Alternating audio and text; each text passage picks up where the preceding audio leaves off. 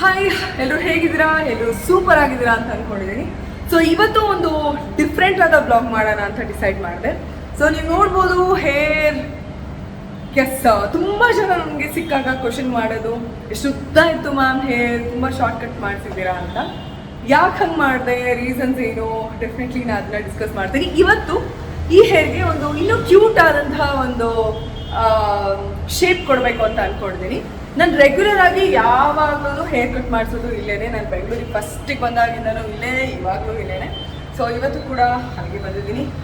Supreeth sir, hi. Hi madam. ಇವತ್ತು ಕೂಡ ನಾನು ಈ ಒಂದು ಡಬ್ಬ ಥರ ಮಾಡ್ಕೊಂಡಿದ್ದೀನಿ. ಅದನ್ನ ಒಂದು ಬ್ಯೂಟಿಫುಲ್ ರೂಪಕ್ಕೆ ತರೋದಕ್ಕೆ ನಾನು ಇಲ್ಲಿ ಬಂದಿದ್ದೀನಿ. ಸೊ ಶುರು ಮಾಡೋಣ ಸರ್.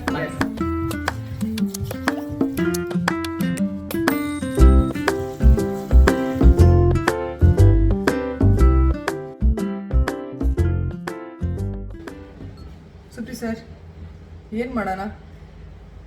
Feather cut. ನನಗೆ ತುಂಬ ಜನ ಕೇಳ್ತಿದ್ರು, ತುಂಬ ಜನ ಕೇಳ್ತೀರಾ ಕೂಡ.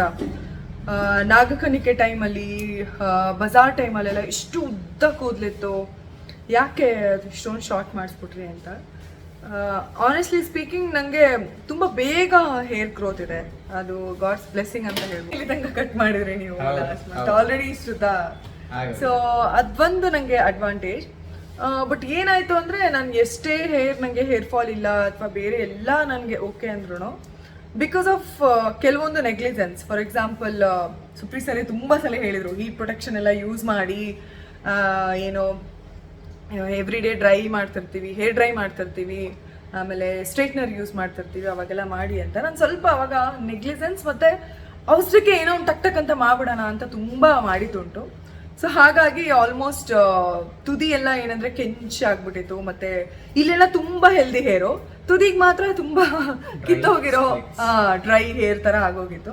ಸೊ ಹಾಗಾಗಿ ಫಸ್ಟಿಗೆ ಟ್ರಿಮ್ ಮಾಡಿಸ್ದೆ. ಅದಾದ್ಮೇಲೆ ನಂಗೆ ಅನಿಸ್ತು ಟ್ರೈ ಮಾಡೋಣ ಅಲ್ವಾ ಶಾರ್ಟ್ ಹೇರಲ್ಲಿ ನಾನು ಹೇಗೆ ಕಾಣಿಸ್ತೀನಿ ಅಂತ. ಬಿಕಾಸ್ ನನಗೆ ನೆನಪಿರೋ ಹಾಗೆ ನಾನು 7th 8th 9th ಅಲ್ಲೆಲ್ಲ ಫುಲ್ ಬಾಯ್ ಕಟ್.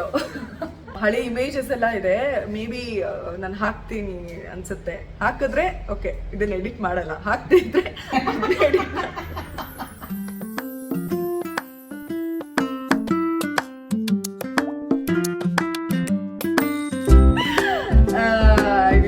ಹಾಕ್ತೀನಿ. ಸೊ ಆ ಥರ ಹೇರ್ ಕಟ್ಟೆ ಇತ್ತಲ್ವಾ.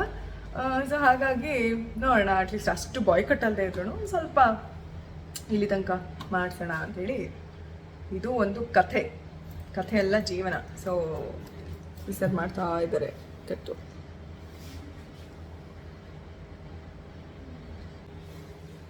ಅಟ್ಲೀಸ್ಟ್ 6 ಮಂತ್ಸಿಗೆ ಒಂದ್ಸಲಿ ಟ್ರಿಮ್ ಮಾಡಿಸಿದ್ರೆ ಚೆನ್ನಾಗಿರುತ್ತಲ್ವಾ? 4 ಮಂತ್ಸ್ ಹಾಂ, ಅಟ್ಲೀಸ್ಟ್ ಓಕೆ. ನಂತರ ತುಂಬ ಏನಂತಾರೆ, ತುಂಬ ಸೋಂಬೇರಿಗಳು ಯಾರಾದರೂ ಇದ್ರೆ ಅಟ್ಲೀಸ್ಟ್ 4 to 6 ಮಂತ್ಸಿಗಾದರೂ ಒಂದ್ಸಲಿ ಬಂದು ಚಿಕ್ಕದಾಗಿ, ಅಂದರೆ ಅಟ್ಲೀಸ್ಟ್ ಒಂದು ½ ಇಂಚ್ ಆದರೂ ಟ್ರಿಮ್ ಮಾಡಿಸಿದ್ರೆ ಚೆನ್ನಾಗಿರುತ್ತೆ.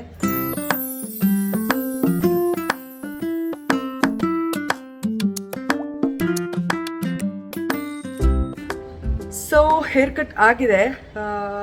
ಟವಲ್ ಡ್ರೈಡ್ ಇರುವಂಥ ಹೇರ್ಗೆ ಹೀಟ್ ಪ್ರೊಟೆಕ್ಟರ್ ಅಪ್ಲೈ ಮಾಡಬೇಕು. BBlunt is a premier hair care and styling brand. So beautiful ಆಗಿದೆ.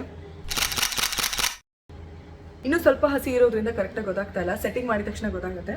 ಸೊ ಈಗ ಸೆಟ್ಟಿಂಗ್ ಮಾಡೋದಕ್ಕಿಂತ ಮುಂಚೆ ಹೀಟ್ ಪ್ರೊಟೆಕ್ಟರ್ ಯೂಸ್ ಮಾಡ್ತಾ ಇದ್ದಾರೆ. ಸೊ ಹೀಟ್ ಪ್ರೊಟೆಕ್ಟರ್ನ ಪೂರ್ತಿ ಡ್ರೈ ಆದ್ಮೇಲೂ ಯೂಸ್ ಮಾಡಬಾರ್ದು, ಪೂರ್ತಿ ಕೂದಲು ಹಸಿ ಇದ್ದಾಗಲೂ ಯೂಸ್ ಮಾಡಬಾರ್ದು ಇದ್ದಾರೆ. ಏರ್ ಡ್ರೈ ಮಾಡ್ಕೊಳ್ಳೋದಕ್ಕೆ ಟೈಮ್ ಇರೋದಿಲ್ಲ. ಸೊ ಅವಾಗ ಯೂಶಲಿ ನಾವು ಬಳಸೋದು ಏನು ಹೇಳಿ, ಡ್ರೈಯರ್ ಅಂತೆ, ಸ್ಟ್ರೈಟ್ನರ್ ಅಂತೆ. ಸೊ ಈ ಹೀಟ್ ಪ್ರೊಟೆಕ್ಟರ್ಸ್ ತುಂಬ ಉಪಯೋಗ ಆಗುತ್ತೆ. BBlunt heat protection hair mist for all hair type. ಇದರಲ್ಲಿರುವ grape seed natural heat protectant and provitamin B5 ಕೂಡ ಇರೋದ್ರಿಂದ up to 230 degree Celsius heat resist ಮಾಡುತ್ತೆ. ಸಖತ್ತಾಗಿದೆ, ಸ್ಮೆಲ್ ಕೂಡ ತುಂಬ ಚೆನ್ನಾಗಿದೆ. So yes, must and should ದಯವಿಟ್ಟು ಯಾರೇ ಹೇರ್ ಡ್ರೈ ಅಥವಾ ಜಾಸ್ತಿ ಕರ್ಲಿಂಗ್ ಅಥವಾ ಸ್ಟ್ರೈಟ್ನರ್ ಯೂಸ್ ಮಾಡ್ತಾ ಇದ್ರೆ please use heat protection spray. Especially BBlunt ತುಂಬ ಚೆನ್ನಾಗಿದೆ. ಆ್ಯಂಡ್ ಈ ಪ್ರಾಡಕ್ಟ್ ನಿಮಗೆ BBlunt ವೆಬ್ಸೈಟಲ್ಲೂ ಸಿಗುತ್ತೆ, ಹಾಗೆಯೇ ಅಮೆಝಾನ್, ನೈಕಾ, ಫ್ಲಿಪ್ಕಾರ್ಟಲ್ಲೂ ಕೂಡ ಸಿಗುತ್ತೆ. ಸೊ ಯಾರಾದರೂ ಇಂಟ್ರೆಸ್ಟ್ ಇದ್ದರೆ ಖಂಡಿತವಾಗ್ಲೂ ಯೂಸ್ ಮಾಡ್ಬೋದು. ಹಾಗೆಯೇ ನೀವು ನನ್ನ ಕೂಪನ್ ಕೋಡ್ ಅದಿತಿ20ನ ಯೂಸ್ ಮಾಡಿದ್ರೆ ಎಕ್ಸ್ಟ್ರಾ 20% ಆಫ್ ಸಿಗುತ್ತೆ.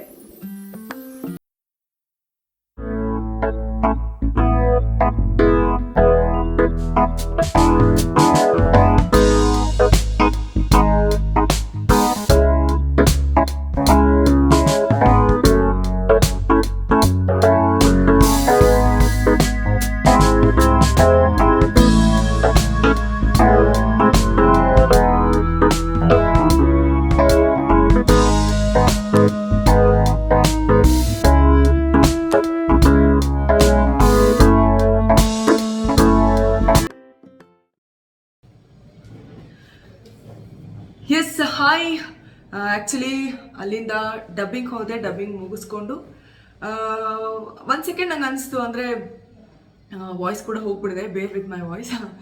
1 ಸೆಕೆಂಡ್ ನಂಗೆ ಅನಿಸ್ತು, ಅಂದರೆ ನನಗೆ ಗೊತ್ತಿರುವಂತಹ ಹೇರ್ ಕೇರ್ ಟಿಪ್ಸ್ನ ನಾನು ಶೇರ್ ಮಾಡದೇ ಇದ್ರೆ, ಅಥವಾ ಕೆಲವೊಂದು ಹೇರ್ ಆಯಿಲಿಂಗ್ ಆಗಿರ್ಬೋದು, ವಾಷಿಂಗ್ ಆಗಿರ್ಬೋದು, ಅಥವಾ ಸೆಟ್ಟಿಂಗ್ ಬಗ್ಗೆ ಕೆಲವೊಂದು ಮಾಹಿತಿಗಳನ್ನು ಶೇರ್ ಮಾಡದೇ ಇದ್ರೆ ಬಹುಶಃ ಈ ವಿಡಿಯೋ ಇನ್ಕಂಪ್ಲೀಟ್ ಆಗುತ್ತೆ ಅಂತ ಅನಿಸ್ತು. So I thought of okay, after coming back home, okay ಇದ್ರ ಬಗ್ಗೆ 1-2 ನಿಮಿಷ ಮಾತಾಡೋಣ ಅಂತ ಅನಿಸ್ತು. ಸೊ ಜನರಲ್ ಆಗಿ ಹೇರ್ ಅಥವಾ ಹೇರ್ ಕೇರ್ ಅಂದ ತಕ್ಷಣ ನಮಗೆ 3 ಸೆಗ್ಮೆಂಟ್, ಅಂದರೆ ನಾನು 3 ಸೆಗ್ಮೆಂಟ್ ಆಗಿ ಮಾತಾಡ್ತಾ ಇದ್ದೀನಿ ಇವತ್ತು. So first one is oiling or hair mask application, second one is washing, and third one is setting or styling. Oiling ಅಥವಾ ಎನಿ ಟ್ರೀಟ್ಮೆಂಟ್ ಬಗ್ಗೆ ಮಾತಾಡೋದಾದ್ರೆ, ಅಫ್ಕೋರ್ಸ್ ಹೇರ್ ಕೇರ್ ಅಂದ ತಕ್ಷಣ hair is fully made of keratin, that is protein, ಅದೆಲ್ರಿಗೂ ಗೊತ್ತಿರುವಂತಹ ವಿಷಯ. So ಮೊದಲನೇದಾಗಿ ಒಳ್ಳೆಯ ಆಹಾರನ ಸೇವಿಸಬೇಕು. ಹೆಚ್ಚಾಗಿ ನೀವು ಪ್ರೋಟೀನ್ ಇರುವಂತಹ ಆಹಾರಗಳನ್ನು, ಸಮತೋಲನ ಆಹಾರನ ನೀವು ಸೇವಿಸಿದ್ರೆ ಖಂಡಿತವಾಗ್ಲೂ ಒಳ್ಳೆ ಹೇರ್ ಆಗಿರ್ಬೋದು, ಸ್ಕಿನ್ ಆಗಿರ್ಬೋದು, ಬಾಡಿ ಆಗಿರ್ಬೋದು, ಪ್ರತಿಯೊಂದನ್ನು ಮೇಂಟೈನ್ ಮಾಡ್ಬೋದು. ಸೊ ಅಪಾರ್ಟ್ ಫ್ರಮ್ ದ್ಯಾಟ್ ನೀವೇನಾದರೂ ಹೊರಗಡೆಯಿಂದ ಅಪ್ಲಿಕೇಶನ್ ಏನು ಮಾಡ್ಬೋದು ಅನ್ನೋದ್ರ ಬಗ್ಗೆ ಮಾತಾಡ್ತೀನಿ. ಸೊ ಸಾಕಷ್ಟು ಜನ ಹೇರ್ ಸ್ಟ್ರೈಟ್ನಿಂಗ್ ಮಾಡಿಸ್ತಾರೆ, ಕರ್ಲಿಂಗ್ ಮಾಡಿಸ್ತಾರೆ, ಅಂದರೆ ಪರ್ಮನೆಂಟ್ ಸ್ಟ್ರೈಟ್ನಿಂಗ್, ಪರ್ಮನೆಂಟ್ ಕರ್ಲಿಂಗ್. ನಾನು ಕೂಡ ಒಂದು 4-5 ಇಯರ್ಸ್ ಬ್ಯಾಕ್ ಮಾಡಿಸಿದ್ದೆ ಪರ್ಮನೆಂಟ್ ಸ್ಟ್ರೈಟ್ನಿಂಗ್. ಆಫ್ಟರ್ ದಟ್ ನಾನು ಮಾಡ್ಸಕ್ಕೆ ಹೋಗಲಿಲ್ಲ. ಆ್ಯಂಡ್ ಈಗಂತೂ ಕೆರಾಟಿನ್ ಟ್ರೀಟ್ಮೆಂಟ್ಸ್ ಅಂತೆ ಅದು ಇದು 100,000 ಟ್ರೀಟ್ಮೆಂಟ್ಸ್ ಅಂತ ಹೇಳ್ಬೋದು.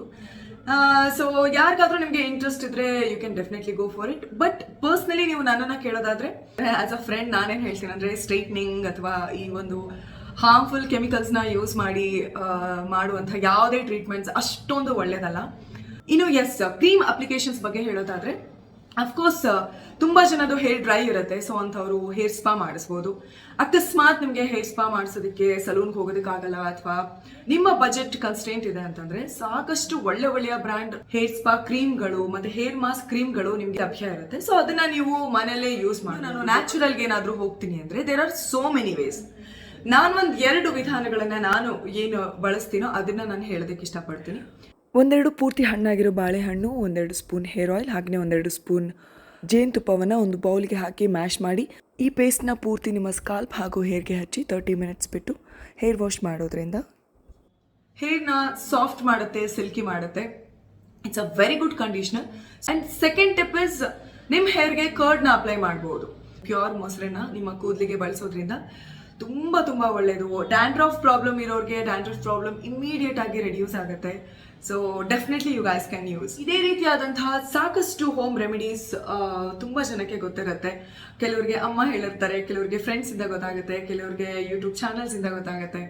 ಸೊ ಹಾಗೆ ನಿಮ್ಮಲ್ಲಿ ಯಾರಿಗಾದ್ರೂ ಈ ಥರ ಅಮೇಝಿಂಗ್ ಟಿಪ್ ಏನಾದರೂ ಗೊತ್ತಿದ್ರೆ, ನಿಮ್ಗೇನಾದರೂ ಅದು ಚೆನ್ನಾಗಿ ವರ್ಕೌಟ್ ಆಗಿದ್ರೆ, please don't forget to comment. ಓಕೆನಾ? ಕಾಮೆಂಟ್ ಮಾಡಿ. ಅಟ್ಲೀಸ್ಟ್ ಅದರಿಂದ ಬೇರೆ ಯಾರಿಗಾದ್ರೂ ಉಪಯೋಗ ಆಗಬಹುದು. So coming to the oiling part. So oiling is must. ನೆತ್ತಿಗೆ ಎಣ್ಣೆ ಬಿದ್ದರೆ ತುಂಬ ಒಳ್ಳೆಯದು. ಅದು ನಮ್ಮ ಇಡೀ ದೇಹನ ತಂಪಾಗಿರಿಸುತ್ತೆ, ಹಾಗೆಯೇ ನಮ್ಮ ಇಡೀ ದೇಹಕ್ಕೆ ತುಂಬ ಒಳ್ಳೆಯದು. So coming to oiling, obviously ತುಂಬ ಚೆನ್ನಾಗಿ ಗೊತ್ತಿರುತ್ತೆ. ತೆಂಗಿನಕಾಯಿ ಎಣ್ಣೆ ಅಂದರೆ ಕೋಕೋನಟ್ ಆಯಿಲ್ ಬಳಸ್ತೀವಿ, ಆಲ್ಮಂಡ್ ಆಯಿಲ್ ಬಳಸ್ತೀವಿ, ಆಲಿವ್ ಆಯಿಲ್ ಬಳಸ್ತೀವಿ, ಹರಳೆಣ್ಣೆ ಕೂಡ ಬಳಸ್ತೀವಿ, ಕ್ಯಾಸ್ಟರ್ ಆಯಿಲ್. ಸೊ ಹರಳೆಣ್ಣೆ ಸ್ವಲ್ಪ ಜಾಸ್ತಿ ಜಿಗುಟಾಗಿರೋದ್ರಿಂದ ಈಗಿನ ಲೈಫ್ ಸ್ಟೈಲ್ಗೆ ಬಹುಶಃ ಸಾಕಷ್ಟು ಜನರಿಗೆ ಅದು ಸೂಟ್ ಆಗೋದಿಲ್ಲ. ಸೊ ಸೂಟ್ ಆಗುವಂತಹ ಎಣ್ಣೆಗಳು ಅಂದರೆ coconut oil, almond oil and olive oil. So ಈ 3 ಎಣ್ಣೆಗಳಲ್ಲಿ ನೀವು ಯಾವುದಾದ್ರೂ ಎಣ್ಣೆನಾದರೂ ಬಳಸ್ಬೋದು. ಸೊ ಇದನ್ನ ಹೇಗೆ ಬಳಸೋದು ಅಂತಂದ್ರೆ, ಯೂಶಲಿ ನಿಮಗೆ ಗೊತ್ತಿರುತ್ತೆ, ನಿಮ್ಮ ಮನೇಲೇ ನಿಮ್ಮ ತಾಯಂದ್ರು ತುಂಬ ಜನ ಮಾಡ್ತಾ ಇರ್ತಾರೆ. ಅಂದರೆ ಅದಕ್ಕೆ ಕರಿಬೇವಿನ ಎಲೆ ಹಾಕೋದು, ದಾಸವಾಳದ ಹೂವು ಅಥವಾ ದಾಸವಾಳದ ಎಲೆಗಳನ್ನು ಹಾಕೋದು, ಮೆಂತೆ ಕಾಳುಗಳನ್ನು ಹಾಕೋದು, ಕೆಲವೊಬ್ರು ಆನಿಯನ್ ಕೂಡ ಹಾಕ್ತಾರೆ. ನಾನು ಪ್ರಿಪೇರ್ ಮಾಡುವಂಥ ಆಯಿಲ್ಗೆ ಆನಿಯನ್ನ ಬಳಸ್ತೀನಿ. ಸೊ ಆನಿಯನ್ ಹಾಕೋದಾಗಿರ್ಬೋದು, ನಿಂಬೆಹಣ್ಣನ್ನ ಒಂದು ಅರ್ಧಕ್ಕೆ ನೀಟಾಗಿ ಸ್ಲೈಸ್ ಮಾಡಿಬಿಟ್ಟು ಕೂಡ ಅದನ್ನ ಹಾಕಿ, ಇದನ್ನು ಪೂರ್ತಿ ಹಾಕಿ ಚೆನ್ನಾಗಿ ಕಾಯಿಸಿ ಅದನ್ನ ನೀವು ತಲೆಗೆ ಯೂಸ್ ಮಾಡ್ಬೋದು. ಇಲ್ಲಾಂದ್ರೆ ಜಸ್ಟ್ ನಿಮ್ಮ ಹತ್ರ ಎಲ್ಲ ಇಂಗ್ರೀಡಿಯೆಂಟ್ಸ್ ಯಾವಾಗಲೂ ಆಗಲ್ಲ ಅಂತಂದ್ರೆ ನೀವು ಕೊಬ್ಬರಿ ಎಣ್ಣೆ ತಗೊಂಡ್ರಿ ಅನ್ಕೊಳ್ಳಿ ಒಂದು ಬಟ್ಲಲ್ಲಿ, ಅದಕ್ಕೊಂದು 4 ಮೆಂತೆ ಕಾಳು ಹಾಕಿ, ಹಾಗೇನೆ ಕರಿಬೇವಿನ ಸೊಪ್ಪಂತೂ ಇದ್ದೇ ಇರುತ್ತೆ ಎಲ್ಲರ ಮನೆಯಲ್ಲೂ. ಕರಿಬೇವಿನ ಸೊಪ್ಪು ಹಾಕಿ ಒಂದು ಸ್ವಲ್ಪ ಅದನ್ನ ಕಾಸಿದಾಗ ಅದು ಸ್ವಲ್ಪ ಎಣ್ಣೆ ಬಿಟ್ಕೊಳ್ಳುತ್ತೆ, ಅದರಲ್ಲಿರುವಂತಹ ಅಂಶಗಳನ್ನ ಬಿಟ್ಕೊಳ್ಳುತ್ತೆ. ಸೊ ಅದಾದ ನಂತರ ನಿಮ್ಮ ಹೇರ್ಗೆ ತುಂಬಾ ಸ್ಲೋ ಆಗಿ ಮಸಾಜ್ ಕೊಡಿ. ನೀವೆಷ್ಟು ನಿಧಾನವಾಗಿ ನಿಮ್ಮ ಸ್ಕಾಲ್ಪಿಗೆ ಮಸಾಜ್ ಕೊಡ್ತೀರೋ ಅಷ್ಟು ಒಳ್ಳೆಯದು. ಸೊ ಡ್ಯಾಂಡ್ರಫ್ ಪ್ರಾಬ್ಲಮ್ ಇರೋರಿಗೆ, ಹಾಗೆ ತುಂಬಾ ಜನಕ್ಕೆ ಸ್ಕಾಲ್ಪ್ ಅಲ್ಲಿ ಇಚ್ಚಿಂಗ್ ಇರುತ್ತೆ, ಇರಿಟೇಷನ್ ಇರುತ್ತೆ, ಅಂಡ್ ಚಿಕ್ಕ ಗುಳ್ಳೆಗಳಾಗುವಂತಹ ಪ್ರಾಬ್ಲಮ್ ಇರುತ್ತೆ. ಸೊ ನಿಮಗೆ ಮೇಜರ್ ಆಗಿ ಪ್ರಾಬ್ಲಮ್ ಇದ್ರೆ ದಯವಿಟ್ಟು ಕನ್ಸಲ್ಟ್ ಡಾಕ್ಟರ್, ಗುಡ್ ಡಾಕ್ಟರ್. ಅಕಸ್ಮಾತ್ ನಿಮಗೆ ಅಷ್ಟೊಂದು ಮೇಜರ್ ಪ್ರಾಬ್ಲಮ್ ಇಲ್ಲ, ಮನೇಲಿ ಏನಾದರೂ ರೆಮಿಡಿ ಟ್ರೈ ಮಾಡಬೇಕು ಅನ್ನೋದಾದ್ರೆ ತುಂಬಾ ಸಿಂಪಲ್ ರೆಮಿಡಿ. ನೀವು ತೆಂಗಿನಕಾಯಿ ಎಣ್ಣೆ ಅಥವಾ ಆಲ್ಮಂಡ್ ಆಯಿಲ್ಗೆ ನೀಮ್ ಎಣ್ಣೆ ಸಿಗುತ್ತೆ, ನಿಮಗೆ ನೀಮ್ ಆಯಿಲ್ ಸಿಗುತ್ತೆ, 4 to 5 ಡ್ರಾಪ್ಸ್ ಅದಕ್ಕೆ ಹಾಕಿ ನೀವು ಬಳಸೋದ್ರಿಂದ ಆಗಿರ್ಬೋದು. ಅಥವಾ ಈಗ ಯಾವ್ದು ಸಮಸ್ಯೆನೇ ಬೇಡ ಅಂತಂದ್ರೆ ಬೇವಿನ ಎಲೆ, ಬೇವಿನ ಮರಗಳಂತೂ ಸಾಲಾಗಿರುತ್ತೆ. ಬೇವಿನ ಮರದಿಂದ ಡೈರೆಕ್ಟ್ ಆಗಿ ಎಲೆನ ಕಿತ್ಕೊಂಡು ಬಂದು ನೀವು ಕೊಬ್ಬರಿ ಎಣ್ಣೆಗೆ ಒಂದು 5-6 ಎಲೆನ ಸ್ವಲ್ಪ ಮುರಿದ್ಬಿಟ್ಟು ಹಾಕಿ ಅದನ್ನ ಬಿಸಿ ಮಾಡಿ ಆನಂತರ ಹಚ್ಚೋದ್ರಿಂದ ಕೂಡ ನಿಮ್ಗೆ ಸಾಕಷ್ಟು ಉಪಯೋಗ. ಸೊ ಪಕ್ಕಾ ಈ ರೆಮಿಡೀಸ್ ನ ಟ್ರೈ ಮಾಡಿ, ನೀವು ತುಂಬಾ ಖುಷಿ ಪಡ್ತೀರಾ, ನನ್ನನ್ನ ನೆನ್ಸ್ಕೋತೀರಾ. ಸೊ ಇದಿಷ್ಟಾಯ್ತು. ಇನ್ನು ಆಯಿಲಿಂಗ್ ಮಾಡಬೇಕಾದ್ರೆ ತುಂಬಾ ಜೆಂಟಲ್ ಆಗಿ ಆಯಿಲ್ ಮಾಡಬೇಕಾಗುತ್ತೆ. ಅಟ್ಲೀಸ್ಟ್ 5 to 10 minutes ನೀವು ಈಸಿಯಾಗಿ ಮಸಾಜ್ ಕೊಡಬೇಕಾಗುತ್ತೆ. ಸೊ ಅದಾದ ನಂತರ ನೀವು ತುಂಬಾ ಜನ ಓವರ್ ನೈಟ್ ಆಯಿಲ್ನ ಬಿಟ್ಬಿಡ್ತಾರೆ. For me I don't think so it's a good idea. Because ಇಡೀ ದಿನ ನಮ್ಮ ಸ್ಕಿನ್ಗಾಯ್ತು ಅಥವಾ ಹೇರ್ಗಾಯ್ತು ಯಾವುದೇ ಒಂದು ಅಪ್ಲಿಕೇಶನ್ ಇಡೀ ದಿನ ಇದ್ರೆ ಅದು ತುಂಬಾ ಕೆಟ್ಟದ್ದು. ಸೊ ಹಾಗಾಗಿ 2 to 4 hours ಮ್ಯಾಕ್ಸಿಮಮ್ ಅದನ್ನ ಅಷ್ಟು ಹಾಕಿದ್ರೆ ಸಾಕು ಅನ್ನೋದು ನನ್ನ ಒಂದು ಅನಿಸಿಕೆ. ಬಟ್ ಒಬ್ಬೊಬ್ಬರಿಗೆ ಒಂದೊಂದು ವರ್ಕ್ ಆಗ್ತಿರುತ್ತೆ. ಸೊ ಡಿಸೈಡ್, ಅಲ್ಟಿಮೇಟ್ಲಿ ನೀವೇ ಡಿಸಿಷನ್ ತಗೋಬೇಕಾಗತ್ತೆ. ಎಸ್, ವಾಷಿಂಗ್ ಬಗ್ಗೆ ನಾನು ಜಾಸ್ತಿ ಹೇಳೋದಕ್ಕೆ ಹೋಗಲ್ಲ. ತುಂಬಾ ಸಿಂಪಲ್ ಟಿಪ್ಸ್ ಹೇಳೋದಾದ್ರೆ, ನೀವು ಶಾಂಪೂನ ಯೂಸ್ ಮಾಡಿದ್ರು ಮೇಕ್ ಶ್ಯೂರ್ ನೀವು ಬಳಸೋ ಶಾಂಪೂ ಅಥವಾ ಕಂಡೀಷ್ನರಲ್ಲಿ ಈ 8 ಇಂಗ್ರೀಡಿಯೆಂಟ್ಸ್ ಆದಷ್ಟು ಅವಾಯ್ಡ್ ಆಗಿರಲಿ. ಯಾವುದೇ ಶಾಂಪೂನ ಡೈರೆಕ್ಟ್ ಆಗಿ ನಿಮ್ಮ ಸ್ಕಾಲ್ಪ್ಗೆ ಅಪ್ಲೈ ಮಾಡೋದಕ್ಕಿಂತ ಒಂದು ಅರ್ಧ ಲೋಟದಷ್ಟು ನೀರನ್ನ ತಗೊಂಡು ಅದನ್ನ ಡೈಲ್ಯೂಟ್ ಮಾಡಿ ನೀವು ಸ್ಕಾಲ್ಪಿಗೆ ಬಳಸೋದ್ರಿಂದ ಇಮಿಡಿಯೇಟ್ ಆಗಿ ಆ ಒಂದು ಹಾರ್ಶ್ನೆಸ್ಗೆ ನಿಮ್ಮ ಸ್ಕಾಲ್ಪ್ ಒಳಗಾಗೋದಿಲ್ಲ. ಸೊ ಡ್ಯಾಮೇಜ್ ಆಲ್ಮೋಸ್ಟ್ ಕಂಟ್ರೋಲ್ ಆಗುತ್ತೆ. ಸೊ ಇದನ್ನ ಕೂಡ ನೀವು ಟ್ರೈ ಮಾಡಿ. Every day hair wash is not good. ಪ್ರತಿದಿನ ಹೇರ್ ವಾಶ್ ಮಾಡೋದ್ರಿಂದ ಹೇರ್ ಫಾಲ್ ಆಗಿರ್ಬೋದು, ಗ್ರೇ ಹೇರ್ ಆಗಿರ್ಬೋದು, ಸಾಕಷ್ಟು ತೊಂದರೆಗಳು ಶುರುವಾಗುತ್ತೆ. ಸೊ ಅಟ್ಲೀಸ್ಟ್ ಆಲ್ಟರ್ನೇಟಿವ್ ಡೇ ಅಥವಾ 3 days ಒನ್ಸ್ ಮಾಡೋದು ಇಟ್ಸ್ ಅ ಬೆಸ್ಟ್ ಚಾಯ್ಸ್ ಅಂತ ಹೇಳ್ಬೋದು. ಅಂಡ್ ಹೇರ್ ವಾಶ್ ಮಾಡಬೇಕಾದ್ರೂ ಅಷ್ಟೇ, ಡೋಂಟ್ ರಬ್ ಯರ್ ಸ್ಕಾಲ್ಪ್ ಅಥವಾ ಹೇರ್ ತುದಿನ ಚೆನ್ನಾಗಿ ಹೀಗೆ ಮಾಡೋದು. ಅದೆಲ್ಲ ಮಾಡೋದ್ರಿಂದ ಸ್ಪ್ಲಿಟ್ ಎಂಡ್ಸ್ ಆಗುತ್ತೆ, ಹಾಗೇನೆ ಡ್ಯಾಮೇಜ್ ಆಗುವಂಥ ಚಾನ್ಸಸ್ ಇರುತ್ತೆ. ನಾವು ಕೂಡ ಎಲ್ಲ ಮಾಡಿಬಿಟ್ಟಿರೋದು, ಬಟ್ ಇವಾಗ ಹೇಳ್ತಾ ಇರೋದು. So don't do that. And coming to the final part, setting. Yes, setting ತುಂಬಾ ಜನಕ್ಕೆ ಎವ್ರಿ ಡೇ ಅದು ಯೂಸ್ ಆಗೋದಿಲ್ಲ. ಬಟ್ ಹೇರ್ ವಾಶ್ ಆದ್ಮೇಲೆ air dry is the best method. ಅಂದ್ರೆ ಸೂರ್ಯನ ಬಿಸಿಲಿಗೆ ಒಣಗಿಸೋದು ಅಥವಾ ನ್ಯಾಚುರಲ್ ಆಗಿ ಅದೇ ಒಣಗಿದ್ರೆ ತುಂಬಾ ಬೆಸ್ಟ್. ಬಟ್ ಇವಾಗಿನ ಲೈಫ್ ಸ್ಟೈಲ್ಗೆ ಸಾಕಷ್ಟು ಜನರಿಗೆ ಆಗೋದೇ ಇಲ್ಲ. ಎಸ್ಪೆಷಲಿ ಈಗ ನನ್ನನ್ನೇ ಕನ್ಸಿಡರ್ ಮಾಡಿದ್ರು ನನಗೆ ನಿಜವಾಗ್ಲೂ ಅಷ್ಟೊಂದು ಪೇಷನ್ಸ್ ಇರಲ್ಲ, ಹಾಗೇನೆ ಅದು ಪಾಸಿಬಲ್ಲು ಆಗಲ್ಲ. ಸೊ ಯೂಶಲಿ ನಾವೇನ್ ಮಾಡ್ತೀವಿ, ಡ್ರೈಯರ್ ಯೂಸ್ ಮಾಡ್ತೀವಿ. ಈವನ್ ಡ್ರೈಯರ್ ಯೂಸ್ ಮಾಡಿದ್ರು ಕೂಡ ತುಂಬಾ ಜನ ಈಗ ನಮ್ಮ ಲೈಫ್ ಸ್ಟೈಲ್ ಚೇಂಜ್ ಆಗಿದೆ, ಫ್ಯಾಷನ್ ಚೇಂಜ್ ಆಗಿದೆ. So every day straightener use ಮಾಡ್ತೀವಿ, ಕರ್ಲರ್ ಯೂಸ್ ಮಾಡ್ತೀವಿ. But I always make sure ನಾನು ಶೂಟಿಂಗ್ ಇಲ್ಲದೆ ಇದ್ರೆ ನಾನು ಅದನ್ನೇನು ಯೂಸ್ ಮಾಡಲ್ಲ. ಬಟ್ ಇವಾಗಿನ ಲೈಫ್ ಸ್ಟೈಲ್ ಹಾಗಾಗೋಗಿದೆ. ಸೊ ನೀವು ದಿನನಿತ್ಯ ಅಥವಾ ವೆರಿ ಫ್ರೀಕ್ವೆಂಟ್ಲಿ ನೀವೇನಾದ್ರೂ ಸ್ಟ್ರೈಟ್ನರ್ ಅಥವಾ ಕರ್ಲರ್ ಅಥವಾ ಹೇರ್ ಡ್ರೈಯರ್ ಯೂಸ್ ಮಾಡ್ತಿದೀವಿ ಅಂದ್ರೆ ಪ್ಲೀಸ್ ಮೇಕ್ ಶ್ಯೂರ್ ನೀವು ಹೀಟ್ ಪ್ರೊಟೆಕ್ಷನ್ ಸ್ಪ್ರೇ, ಅಂದ್ರೆ ಈಗಂತೂ ಮಾರ್ಕೆಟ್ ಅಲ್ಲಿ ನಿಮಗೆ ಒಳ್ಳೆ ಬ್ರ್ಯಾಂಡಿನ ಹೀಟ್ ಪ್ರೊಟೆಕ್ಟರ್ ಸ್ಪ್ರೇ ಸಿಗುತ್ತೆ. ಸೊ ಹೀಟ್ ಪ್ರೊಟೆಕ್ಟರ್ ಸ್ಪ್ರೇಸ್ ನ ಯೂಸ್ ಮಾಡಬಹುದು, ಸೆರಮ್ಗಳನ್ನ ಯೂಸ್ ಮಾಡಬಹುದು. ಸೊ ಇದರಿಂದ ಅಟ್ಲೀಸ್ಟ್ ಪೂರ್ತಿಯಾಗಿ ಡ್ಯಾಮೇಜ್ ಆಗೋದಕ್ಕಿಂತ ಎಷ್ಟೋ ನೀವು ಕಂಟ್ರೋಲ್ ಮಾಡಬಹುದು. ಸೊ ನನಗೆ ಹಿಂದೆ ನಾನು ಇದನ್ನೆಲ್ಲ ಯೂಸ್ ಮಾಡಿದೆ, ಸಾಕಷ್ಟು ಎಸ್ಪೆಷಲಿ ಹೇರ್ ಎಂಡ್ಸ್ ಅಲ್ಲಿ ಸಾಕಷ್ಟು ಡ್ಯಾಮೇಜ್ ಆಗ್ತಾ ಇತ್ತು. So make sure you use heat protector spray ಅಥವಾ ಸೆರಮ್, ಈ ಥರದನ್ನ ಯೂಸ್ ಮಾಡಿದ್ರೆ ತುಂಬಾ ಉಪಯೋಗಕಾರಿ. ಅದನ್ನ ಯೂಸ್ ಮಾಡಿ. ಸೊ ಎಸ್, ಇದಿಷ್ಟಾಗಿತ್ತು ನನ್ನ ಕೆಲವೊಂದು ನಾನು ಫಾಲೋ ಮಾಡುವಂತಹ ಹೇರ್ ಟಿಪ್ಸ್. ಹೋಪ್ ಇದು ಯಾರಿಗಾದ್ರೂ ಹೆಲ್ಪ್ ಆಗಿರುತ್ತೆ. ಆ್ಯಂಡ್ ನಿಮ್ಮಲ್ಲಿ ಯಾರಿಗಾದ್ರೂ ಇದಕ್ಕಿಂತ ಒಳ್ಳೆಯ ಟಿಪ್ಸ್ ಗೊತ್ತಿದ್ರೆ ಅಥವಾ ಇದರಿಂದ ಯಾರಿಗಾದ್ರೂ ಉಪಯೋಗ ಆಗುತ್ತೆ ಅನ್ನೋಂಗಿದ್ರೆ ದಯವಿಟ್ಟು ಕಮೆಂಟ್ ಸೆಕ್ಷನ್ ಅಲ್ಲಿ ತಿಳಿಸಿ ಅಂತ ಹೇಳ್ತಾ, ಚೆನ್ನಾಗಿ ಊಟ ಮಾಡಿ, ಚೆನ್ನಾಗಿ ನಿದ್ದೆ ಮಾಡಿ, ಒಳ್ಳೆದನ್ನ ಮಾತ್ರ ಆಲೋಚನೆ ಮಾಡಿ, ಯಾವಾಗಲೂ ನಗ್ತಾ ಇರಿ. ಎಲ್ರಿಗೂ ಒಳ್ಳೆದಾಗ್ಲಿ. ನಮಸ್ಕಾರ.